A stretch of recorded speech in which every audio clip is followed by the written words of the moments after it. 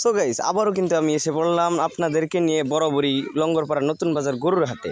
এবার আমরা দেখব গরুর হাট কিরকম জমেছে বা কতজন মানুষ, দেখতেই তো পারছি। এত এই লঙ্গরপাড়া বরাবর নতুন বাজারেই চলবে, কিন্তু প্রতি শুক্রবারে গরু ছাগল মহিষের হাট, এটা কিন্তু আমরা সকলেই কম বেশি জানি। দেখতেই তো পাচ্ছেন চারিদিকে কত মানুষ।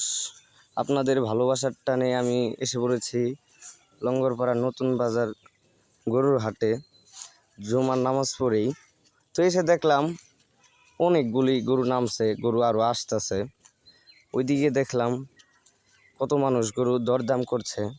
তো বাজারটি কিন্তু নামাজের পর থেকে জাঁকজমট হয়ে গেছে গা। এই পাশে আমরা দেখবো আরও ছাগলের হাট। এই যে ছাগল দেখতে পাচ্তেছি, যে ছাগল দুইটি ছাগল, সর্বমোট তিনটি ছাগল আসছিল, একটি ছাগল বিক্রি হয়ে